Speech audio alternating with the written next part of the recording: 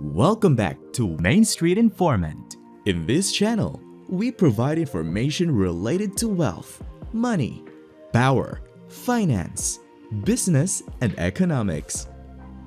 In today's video, we will learn why Sri Lanka is collapsing, its domino effect, and its implications for the coming global food crisis. Sri Lanka, a tropical island nation just a few miles southeast of India. They are typically not affected by natural disasters like snow blizzards, sandstorms, volcanoes, or earthquakes. However, a different kind of disaster now facing nearly 3 million kids since their schools are unable to pay for ink or even the paper needed to print it. However, ink and paper are the least of the people's concerns as millions of people are falling into poverty as a result of the economic crisis, which puts their rights to decent healthcare and living conditions in jeopardy. Prices for daily necessities have doubled, tripled, and kept climbing. These include everything from food to fuel to medicine. Monks, nuns, and other religious influencers are among the millions joining forces on the streets in protest. Sri Lankans are facing severe food insecurity in addition to dealing with power outages lasting up to 15 hours a day. According to the United Nations, 5.7 million people in Sri Lanka require humanitarian assistance. With 22% of the country's population, or 4.9 million people, suffers from food insecurity, which means that they do not always have access to enough nutritious food. A UNICEF survey conducted in April 2022 revealed that 70% of families reduced their food consumption due to the pandemic. Sadly, the worst is probably still to come. Many of Sri Lanka's current issues are common among developing countries around the globe. The United Nations issued a warning that a perfect storm was brewing in the developing world. Sri Lanka might just be the first domino to fall, and understanding how it arrived here can provide a hint as to what will happen next. Let's break it down in simplistic terms. Let's imagine this. A country has a trade deficit when it imports more goods and services than it exports. In contrast, a country has a trade surplus when its exports exceed its imports. Import means buying from other countries, which in turn means spending. Export means selling to others, which means earning, which could also lead to savings. All of this may make trade deficits sound like a terrible, nasty, extremely bad thing. But as you can see, the majority of nations have deficits. Having a negative balance of trade on its own is neither unusual nor necessarily disastrous. Simply borrowing is what all of these nations do to make up for the shortfall. Let's stop thinking in terms of imports against exports. For the sake of simplicity, think about the actual physical supply of dollars to see why this is a problem for a country like Sri Lanka. Since the US dollar remains the world's reserve currency and is utilized in international trade, most imports and exports are exchanged in US dollars. Please do me a favor, like, subscribe, and share for more content like this and a future video on the world's reserve currency. Let's get back to this video. Most countries, like Sri Lanka, typically use US dollars to pay or spend for goods and services when it purchases them from a neighboring country, like India. Why dollars? Because India demands them. When Sri Lanka sells products like coconuts or tea to Australia, for example, they get paid in dollars. Here, you could start to see potential issues. You can see how a country could simply run out of US dollars if it imports more than it exports because it would be in effect spending more than it is saving. Since you need US dollars to purchase imports, running out of money is a problem. Unless your country is the United States of America, which controls 59% of the world's reserve currency, it is crucial that you have a good balance of trade, which would result in a good balance of payments. In Sri Lanka's case, the government has a protracted history of severe mismanagement. For instance, the government only just last year barred the import of any chemical fertilizers in an effort to create the first all-organic country in the world. Nobody but the president was surprised when agricultural yields were instantly slashed in half. One may reasonably argue that Sri Lanka was doomed to experience some sort of crisis and that the question was only a matter of when. Yet, the nation had tremendous economic promise only a few short years ago. It featured additional methods for obtaining dollars. Tourism made up 20% of the country's GDP in 2019. The nation was ranked as the finest location to visit by Lonely Planet in that same year. There are gorgeous beaches, leopards in the wild, yoga retreats, and breathtaking natural scenery. Remittances were a further source of foreign currency. In order to transfer money to their loved ones back home, workers would travel abroad and earn foreign currency. However, you presumably already know what happened in 2020.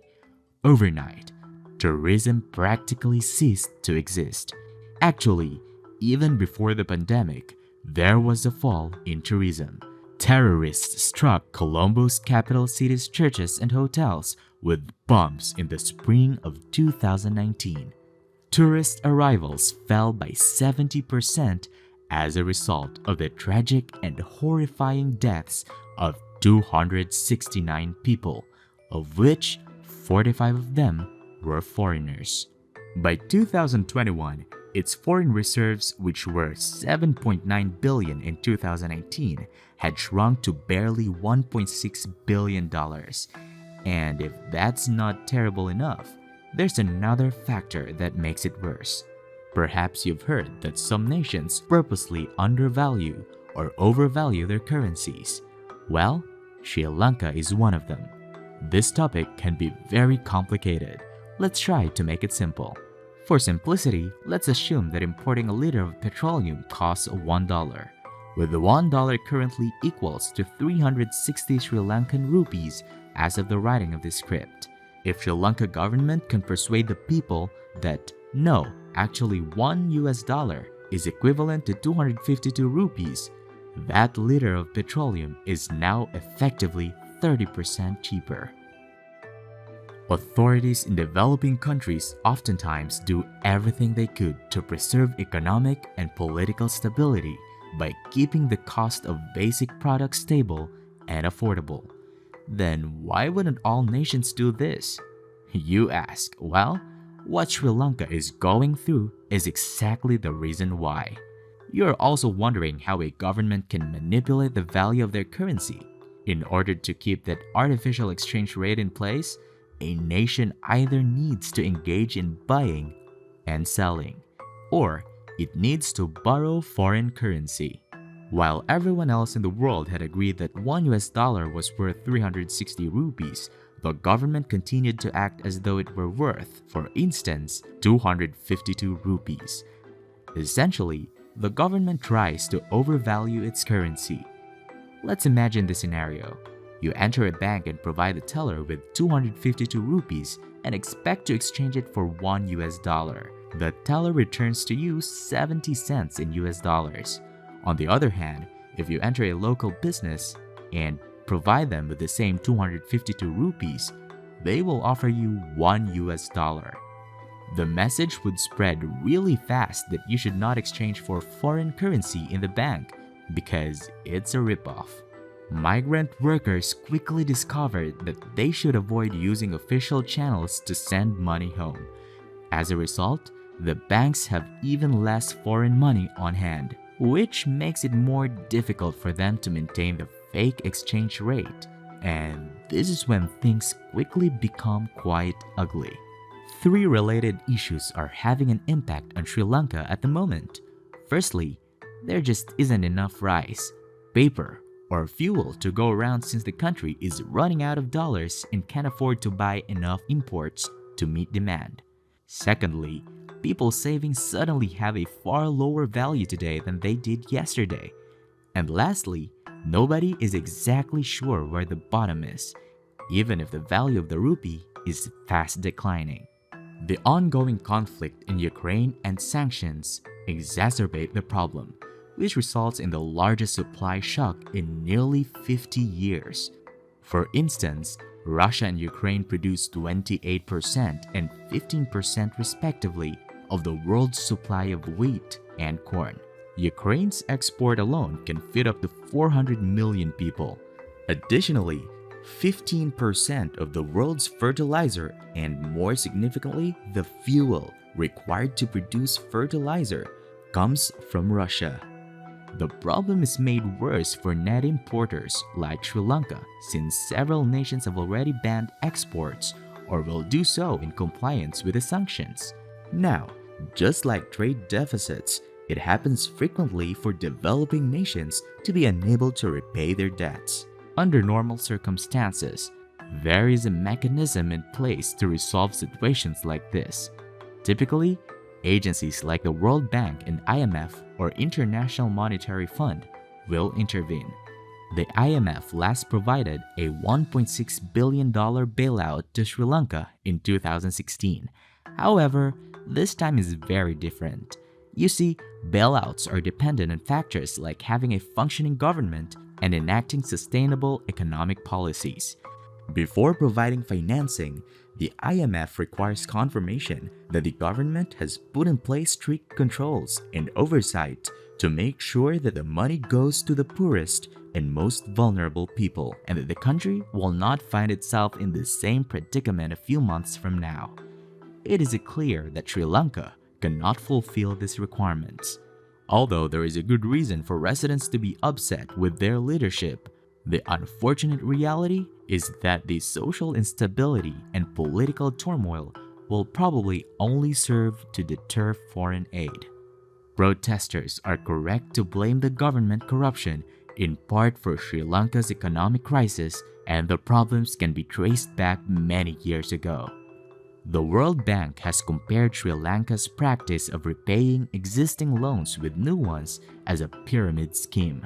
While it's simple to draw a connection between a rare global pandemic and a sudden economic collapse or Chinese loans, neither explanation fully support the connection. Consider this: only 10% of Sri Lanka's debt is held by China. Additionally, when the nation most needed money in 2019, the government cut taxes. Although it is not only the problem, bad governance is a key component of disasters. It is not a surprise about Sri Lanka's poor leadership, but rather how rapidly everything fell apart is shocking. Millions of Sri Lankans went from enjoying a relatively middle-class lifestyle, including vehicles, college education, and leisure activities, to doubting their ability to eat dinner in a matter of weeks. There is no upper limit to how awful things can get from there. Developing nations struggle to repay their loans when the Federal Reserve raises interest rates, as it is currently doing. This forces them to decide between paying off their debt and using their limited resources to save lives at home. High petrol prices, ineffective supply chains, and perhaps even recession are just a nuisance for the developed nations. However, the same impacts for developing countries will result in reversing decades of progress in education, healthcare, and prosperity.